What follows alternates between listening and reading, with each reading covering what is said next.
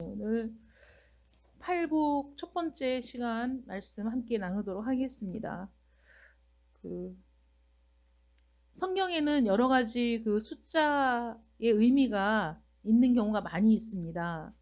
우리가 40 그러면 이제 고난의 숫자잖아요. 우리 주님께서도 40일간 금식하셨고 또 이스라엘 백성들이 광야에서 40년 동안 시험과 연단을 받았고 뭐 이렇게 숫자가 연결이 되는데 마태복음이 성경에서 40번째 책입니다. 40번째 책. 구약이 39권, 신약이 27권 우리가 이렇게는 알고 있다가 마태복음이 40번째 책이구나. 이건 또 굉장히 새롭잖아요. 사실 당연한 건데 40번째 책. 그래서 예수님의 계보에 대해서 쭉 나오기 시작하면서 그 다음에 하나님의 백성들이 이 땅에서 연단받고 시험받고 그 과정을 거쳐서 어떻게 하늘의 권속이 되는가, 어떻게 하늘의 사람으로서의 심령을 갖게 되는가, 성품을 갖게 되는가 라는 말씀으로 이제 지금 이어지고 있습니다. 그래서 오늘 5장 1절 말씀 보시면 예수께서 무리를 보시고 산에 올라가 앉으시니 제자들이 나아온지라. 근데 제자들뿐만 아니라 많은 사람들이 이때 모였었어요. 그래서 뭐 아름다운 교회당이 있었던 것도 아니고 예수님이 설교를 할 수 있는 어떤 장소가 제공된 것도 아니고 예수님은 배 위에서 또는 들판에서 이렇게 산 위에 올라가 앉으셔서 이렇게 말씀을 전하셨죠. 그래서 산 위에 올라가 산에 올라가 앉으셔서 이제 말씀을 하시는 건데 이게 사실은 공식적으로 기록된 첫 번째 설교인 거예요. 예수님의 설교. 그래서 보면 입을 열어 가르쳐 이르시되, 그래서 가르치다. 그래서 예수님께서 이 땅에 오셔서 우리가 고난주간에 예수님의 삼중직에 대해서 한번 배웠었는데 또 다 잊어버리셨죠? 그래서 예수님이 이제 선지자로서 이스라엘 백성들을 가르치시고 깨우치시고 하나님의 뜻을 전하시고 하는 사역이 있으신데 가르치시는 사역인 거죠, 이게. 가르쳐 이르시되, 오늘 주제가 되는 말씀이 심령이 가난한 자는 복이 있나니 천국이 그들의 것이미요 애통하는 자는 복이 있나니 그들이 위로를 받을 것이미요. 이 두 가지 말씀을 생각해 보려고 합니다. 그래서 예수님께서 공생의 사역을 시작하셔서 공생의 사역 기간 동안에 이 산상수훈에 보면 제일 먼저 팔복이 나오거든요. 근데 이 팔복은 고통받고 있는 하나님의 백성들에게 주신 말씀이었어요. 그 당시에 보세요. 마태복음이 있기 전에 말라기서부터 마태복음 사이에는 중간기라는 시간이 있었어요. 그래서 그 시간 동안에 하나님의 계시도 없었고 선지자도 없었고 암흑기와 같은 시기를 보낸 거예요. 그래서 이스라엘 백성들의 마음에는 간절하게 메시아를 기다리는 마음도 있었고 하나님의 뜻을 말씀해줄 선지자도 기다리고 있었고, 그리고 하나님이 왜 말씀이 없으신가에 대한 불안과 고민도 있었던 그런 시기를 지나면서 이 세례 요한이 입을 열고 그리스도에 대해서 전하기 시작한 거거든요. 그래서 예수님께서 입을 열어 가르쳐 이르시되 해서 첫 번째 나오는 이 팔복의 말씀이 그렇게 하나님이 보실 때 그들이 목자 없는 양 같고 유리방황하는 양 같은 그런 안타까운 마음으로 하나님의 고통받는 백성들에게 이제 말씀을 첫 번째로 이제 주시는 거라는 거죠.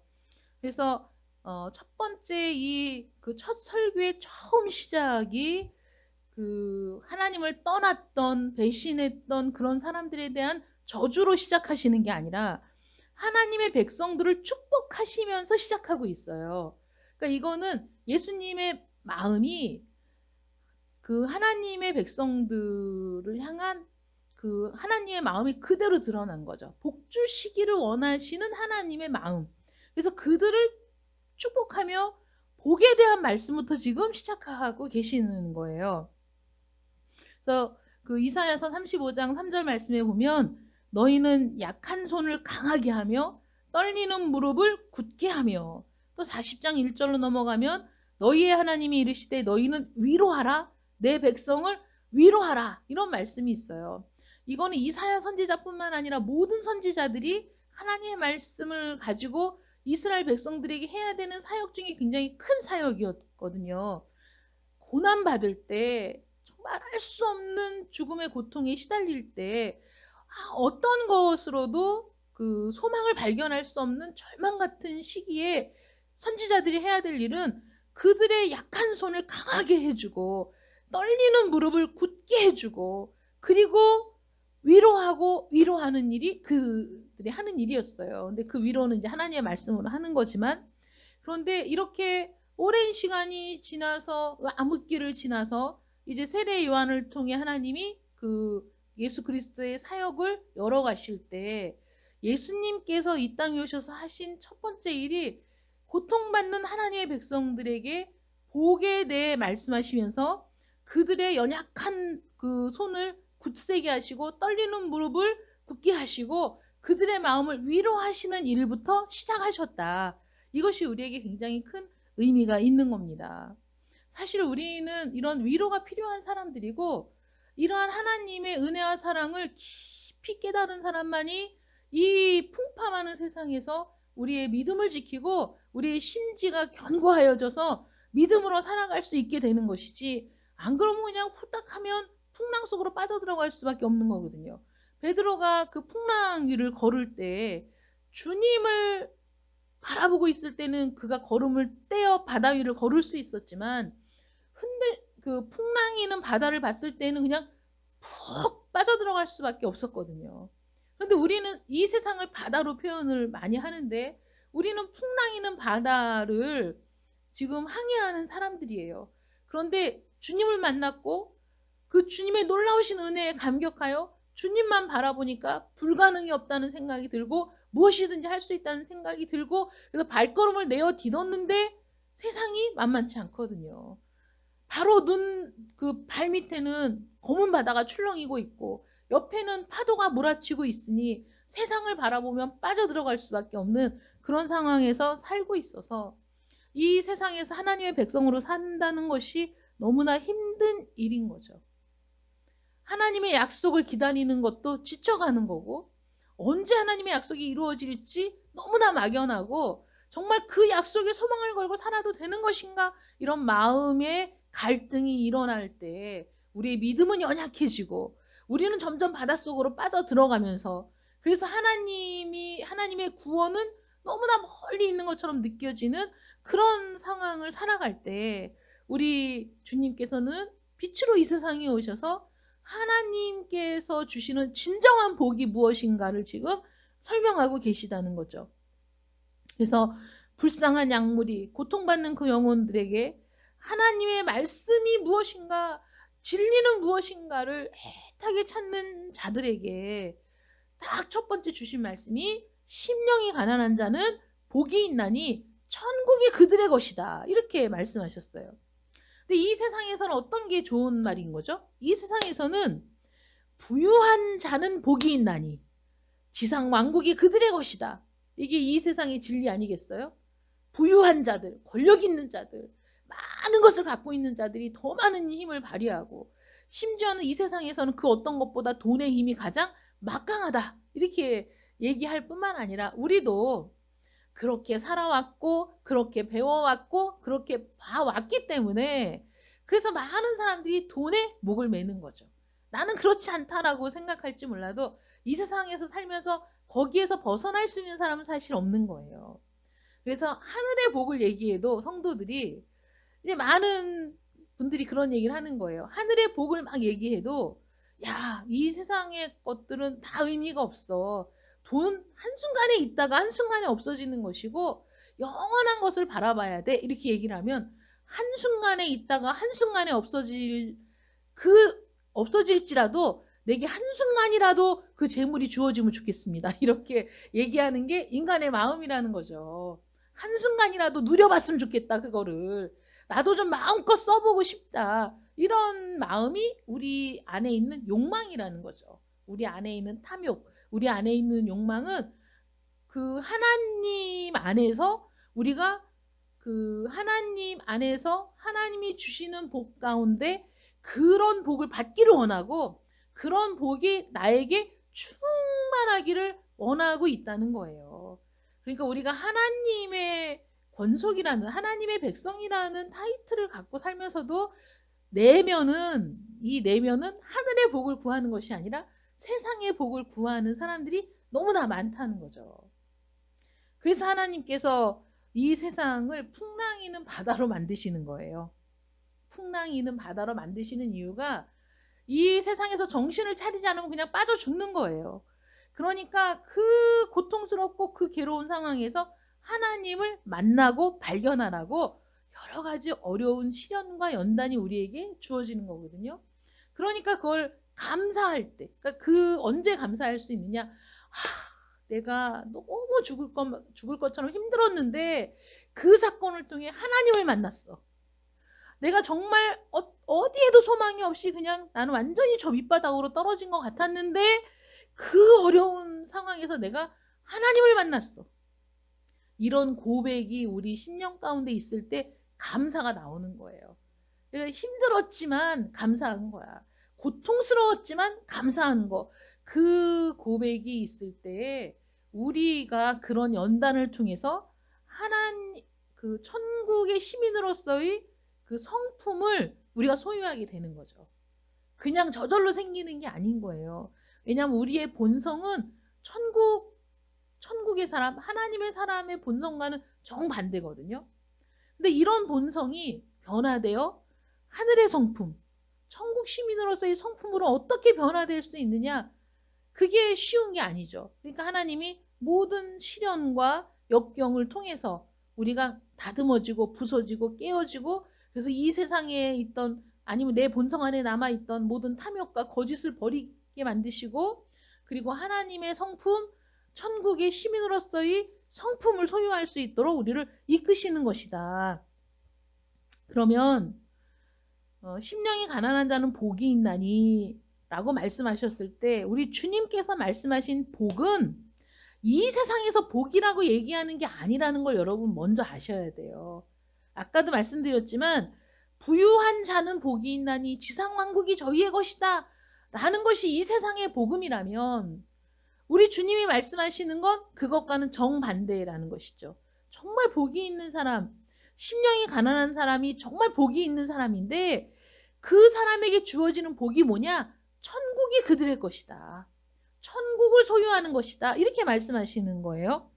그러니까 천국은 지상에 있는 어떤 왕국과도 비교할 수 없어요. 여러분 생각해 보세요. 지상에 세워진 왕국들이 영원한 왕국이 있던가요? 영원한 왕국이 없어요. 아니면 영원히 왕의 자리를 유지한 왕이 있나요, 지금? 없습니다.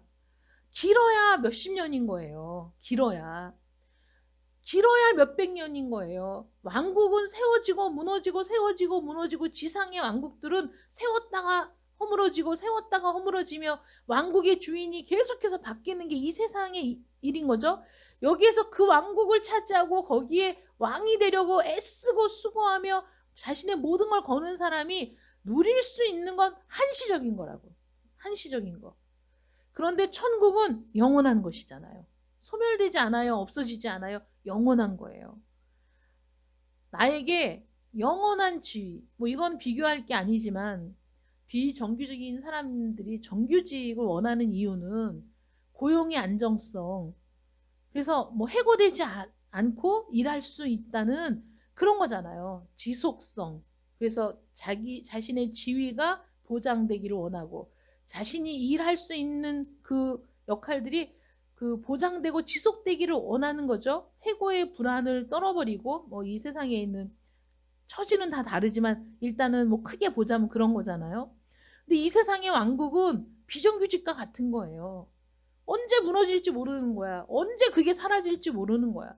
이 세상 역사에서 그냥 어느 순간 사라져서 많은 사람들의 그 기억에서도 사라지는 그런 왕국이 지상의 왕국인데, 거기에 내 생명을 걸고, 거기에 내 모든 걸 걸고, 거기서 뭐라도 하나 차지하려고 아기 다툼을 벌이는 모습을 멀리서 이렇게 보면 참 우스운 거거든요.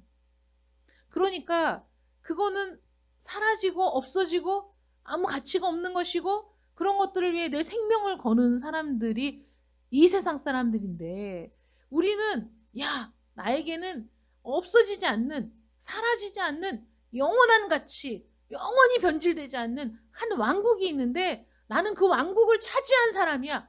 이런 기쁨과 이런 그 자부심이 여러분들에게 있기를 축원합니다. 그 누구도 빼앗을 수 없는 거거든요. 나는 천국을 소유한 사람. 그 천국은 이 지상의 왕국과는 비교할 수 없는 거. 그 천국을 소유한다는 건 굉장히 놀라운 일인데 누가 그 천국을 소유할 수 있느냐? 누가 그 천국을 거머쥘 수 있느냐? 심령이 가난한 자들이 그렇게 할 수 있다는 거죠. 그럼 심령이 가난하다라는 게 우리가 가난은 되게 싫어하는데 궁핍한 자를 얘기하는 게 아니죠. 여러분 심령이 가난하다는 게 물질적, 재정적으로 궁핍한 자를 얘기하는 게 아닙니다. 재정적인 궁핍함이 겸손한 마음을 갖게 하지 않아요. 이 세상 모든 사람은 교만합니다. 가난해도 교만하고 부자여도 교만하고 잘났어도 교만하고 못났어도 교만해요. 세상 사람들을 관찰하면 남녀노소 많이 있고 적게 있고 부자고 뭐 빈부 귀천을 떠나서 모든 사람이 교만해요. 자만으로 가득 차 있어요. 자기를 비하하는 것도 일종의 그 변형된 자기 사랑이거든요. 자기 비하도. 그러니까 자기 애와 자만과 교만으로 가득 찬 게 이 세상 모든 사람들이에요. 그러므로 물질적으로 궁핍한 것이 심령의 가난을 불러일으킨다? 절대 그렇지 않습니다. 가난하다고 겸손해지지 않아요. 자만과 독선이 가득한 마음. 이게 어떤 마음이냐면요. 그 모세가 이스라엘 백성들이 애굽을 나갈 수 있게 해달라고 바로에게 요구했을 때 10번의 재앙이 애굽에 쏟아지거든요.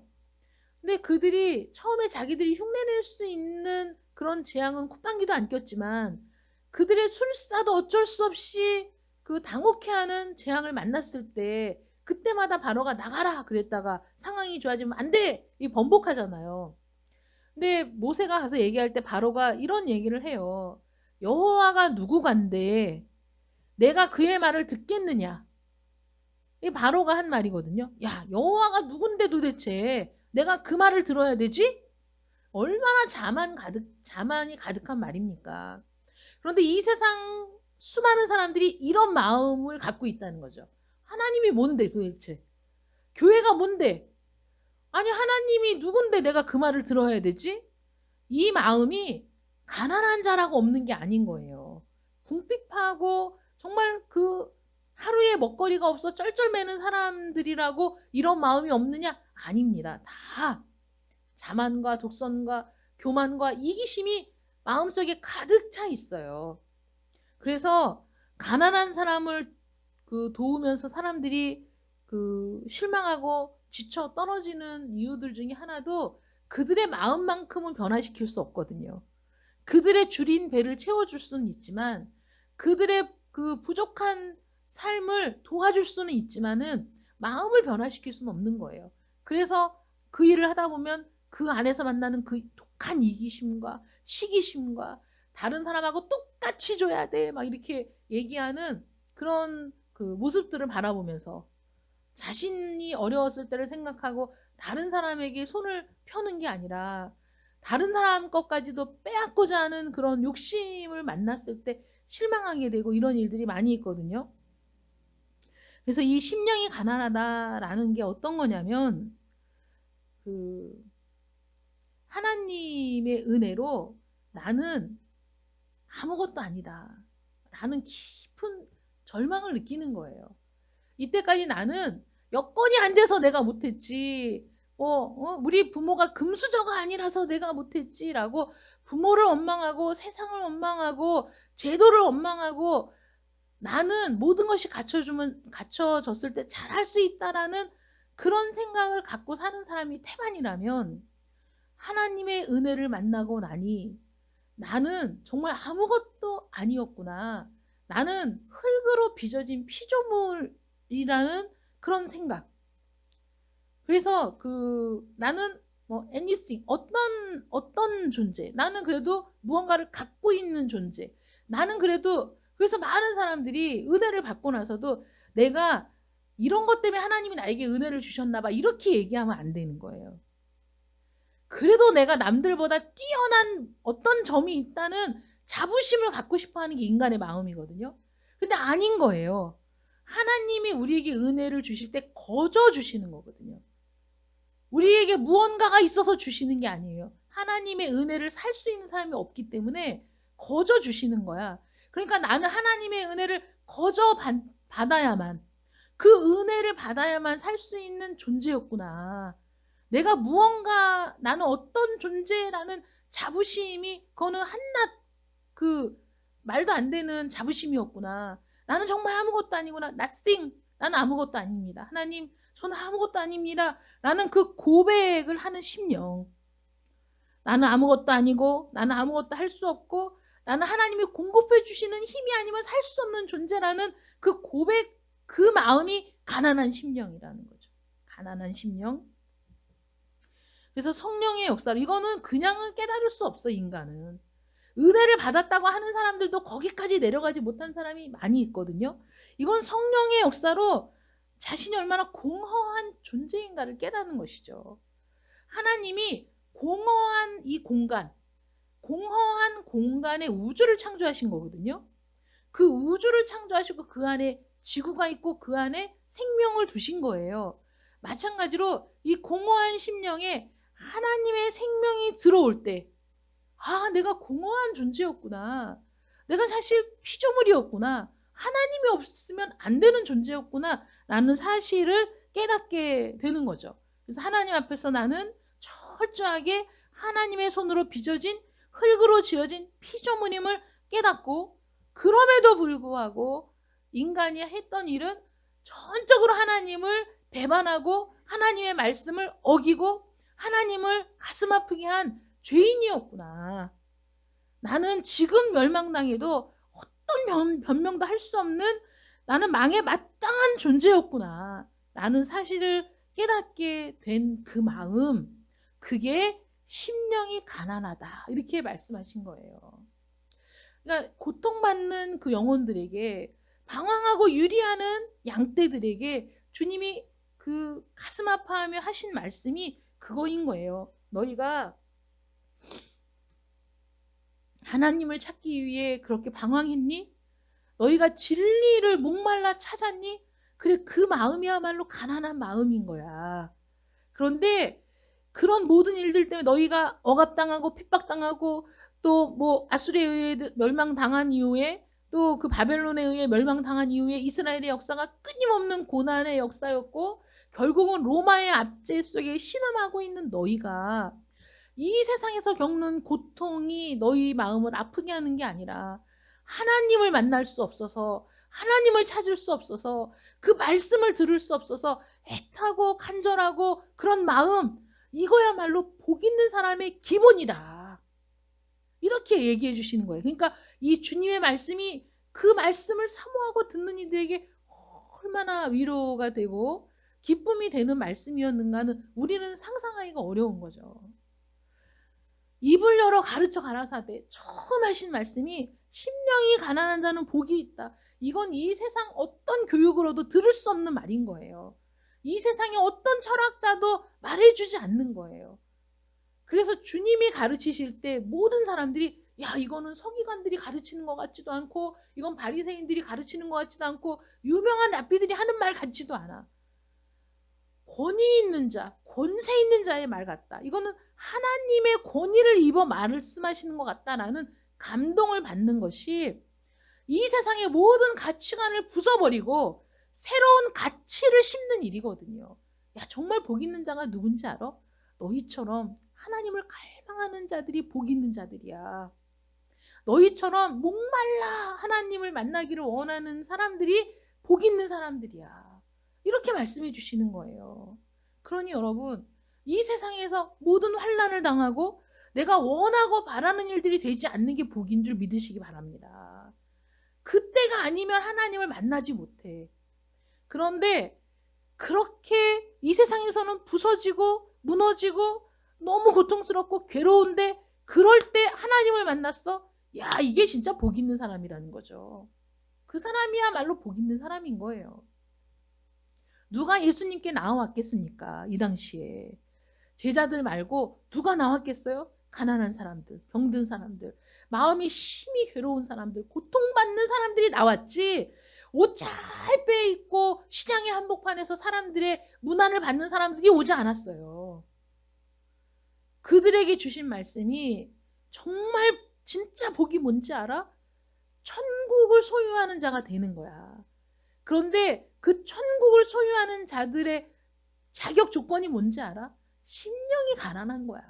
여러분, 우리가 이 세상에서 말하는 모든 부여와 권세를 잡기 위해서 우리는 다른 사람을 짓밟아야 되고 더 많이 가져야 되고 움켜잡아야 되고 내 이기심을 충족시켜야 되고 그런 것의 반복이라면 하늘의 복은 그게 아니라는 거죠.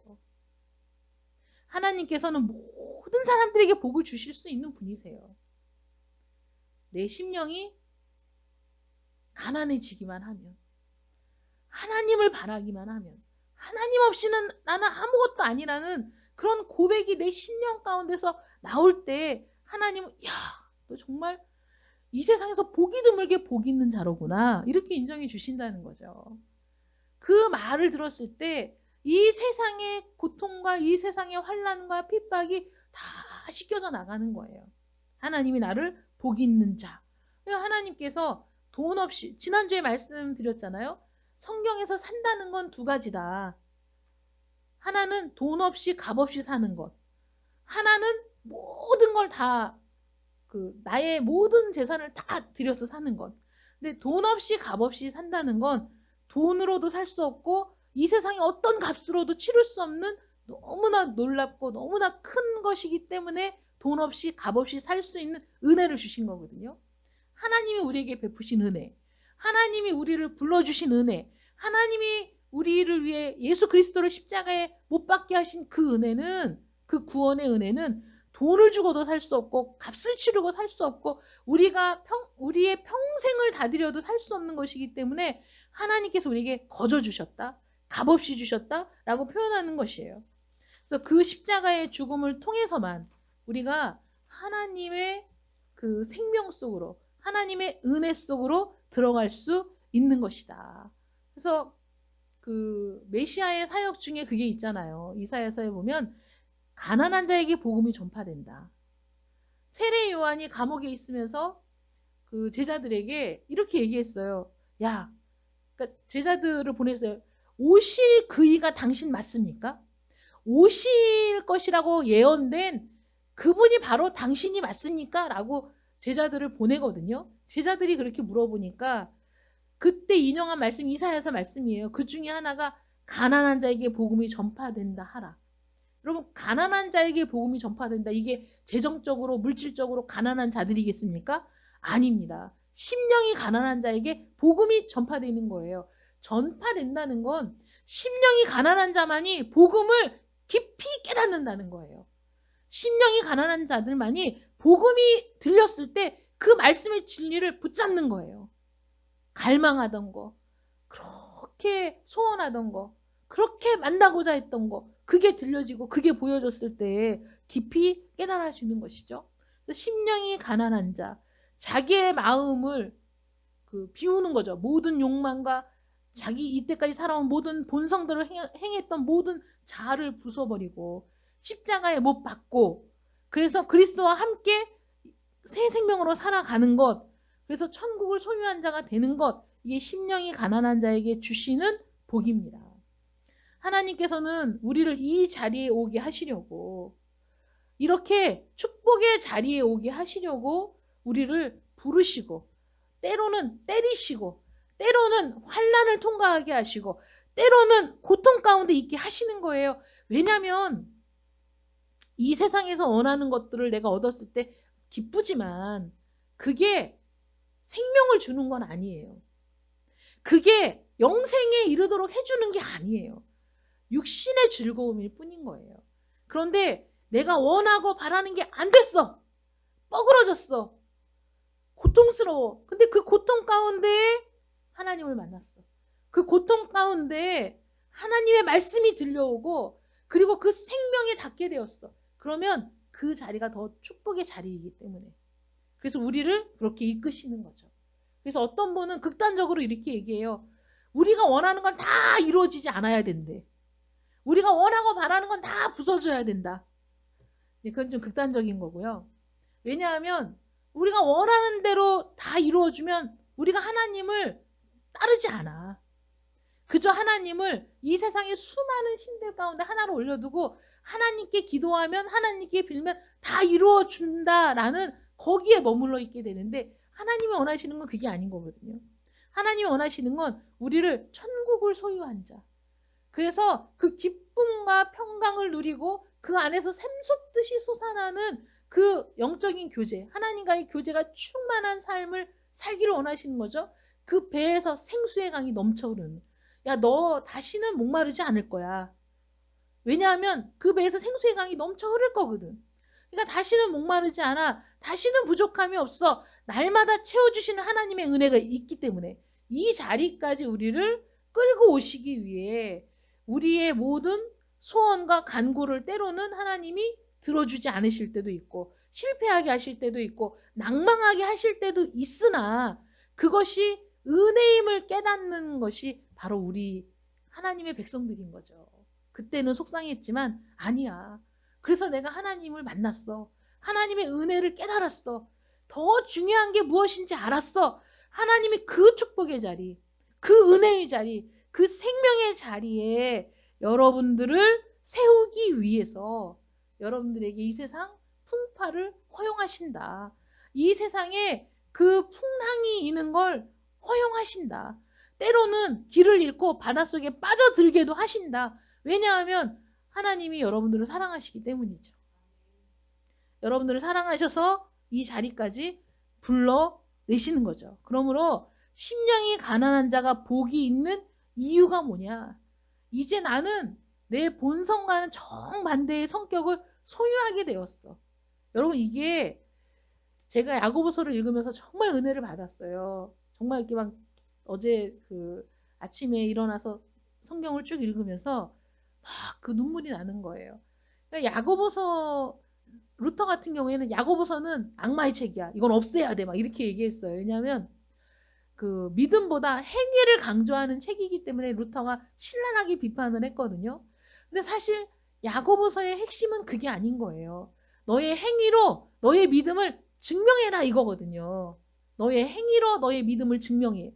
너의 삶으로 네가 믿음이 있는 사람인지를 나타내. 이거예요. 그런데 우리가 본성을 따르는 사람이었는데 그 본성을 거슬러 정반대의 성격, 천국의 사람으로서의 성품이 내 안에 자리 잡게 되고 소유하게 되면서 나의 삶은 자연히 바뀔 수밖에 없는 거죠. 나의 가치관도 바뀔 수밖에 없는 거예요.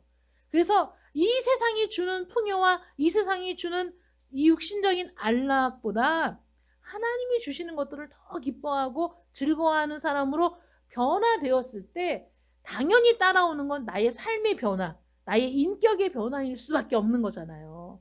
내가 은혜를 받았어. 그러면서 성격은 개차반인데 똑같아. 그러면 야고보서는 그렇게 얘기하는 거예요. 너의 삶으로 네가 정말 은혜 받았는지를 증명해야 돼. 너의 삶으로 네가 정말 천국 백성이 되었다는 걸 증명해야 돼. 그 증명을 위한 행위를 얘기하는 거죠. 행위로 구원받는 게 아니라 반대로 역설적으로 얘기하는 거예요. 네가 구원받았다면, 네가 천국의 시민이라면, 네가 하나님의 백성이라면 당연히 이런 인격을 갖춰야지. 이런 삶을 살아야지. 라는 거죠. 그게 증명되지 못한다면 심각하게 다시 생각해 봐야 된다. 자기 자신을 심각하게 성찰해야 되는 거죠. 그래서 심령이 가난한 자가 왜 복이 있느냐?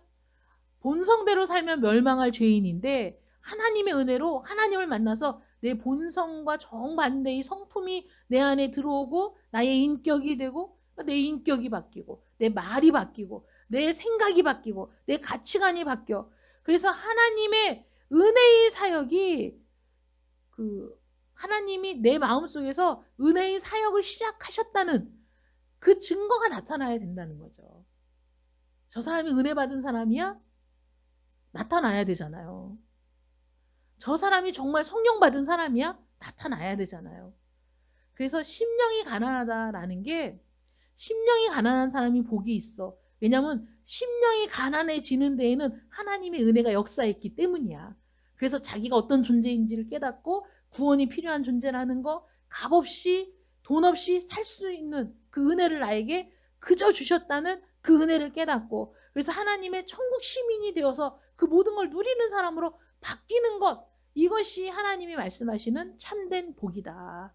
그러므로 내가 너무 열심히 얘기해가지고 애통하는 자는 다음 주에 해야 되겠어요. 애통하는 자를 꺼내면 여러분들이 그 순간부터 실망해가지고 말씀이 귀에 안 들어올 거예요. 어쨌거나 그 천국은 지금 현재를 살아가는 우리에게는 은혜의 왕국이에요. 하나님이 날마다 은혜를 공급해 주시는 거예요. 내세에는 영광의 왕국이 돼요.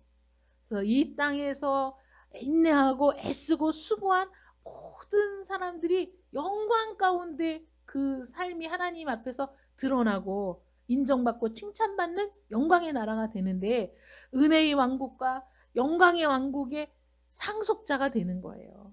내가. 하나님이 그렇게 우리를 불러주시는 거예요. 그러니 어찌 복이 아닐 수 있습니까? 심령이 가난한 자는 복이 있나니 천국이 그들의 것임이라. 이 말씀이 여러분들에게 이루어지시기를 축원합니다. 이사야서 66장 2절에 이렇게 기록되어 있어요. 무릇 마음이 가난하고 심령에 통회하며 내 말을 듣고 떠는 자 그 사람은 내가 돌보려니와. 이렇게 하나님께서 여러분들을 한시도 한순간도 놓치지 않고 돌봐주시는 은혜 안에 거하시는 여러분들 되시기를 축원합니다. 기도하겠습니다. 사랑의 하나님 감사합니다. 우리 주님께서 입을 열어 가르쳐 가라사대 심령이 가난한 자는 복이 있나니 천국이 그들의 것입니다. 선포하셨습니다. 마음이 갈급하고 하나님의 은혜를 기다리며 하나님을 만나기를 소원하고 하나님께서 나타나 주시기를 갈망했던 자들 그러나 현실적으로는 너무나 고통스럽고 괴롭고 삶의 의지조차 무너지게 만드는 그런 상황 속에서도 영적으로 갈급했던 이들에게 주신 정말 단비와 같은 말씀이었습니다.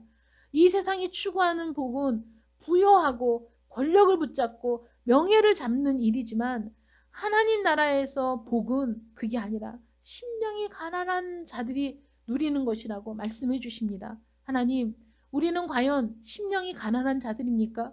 하나님의 성령이 우리 속에서 역사하사 하나님 없이는 내가 아무것도 아니라는 나는 I'm nothing이라고 고백하는 하나님이 아니면 나는 아무것도 할 수 없다는 그런 처절한 고백 가운데 하나님의 은혜를 갈망하고 하나님의 나타나심을 사모하는 심령이 되게 하여 주시옵시며 그래서 결국은 현세의 은혜의 왕국을 소유한 자로 살게 하시고 내세의 영광의 왕국을 소유한 자로 살게 되는 놀라운 복의 상속자들 되게 하여 주시옵소서.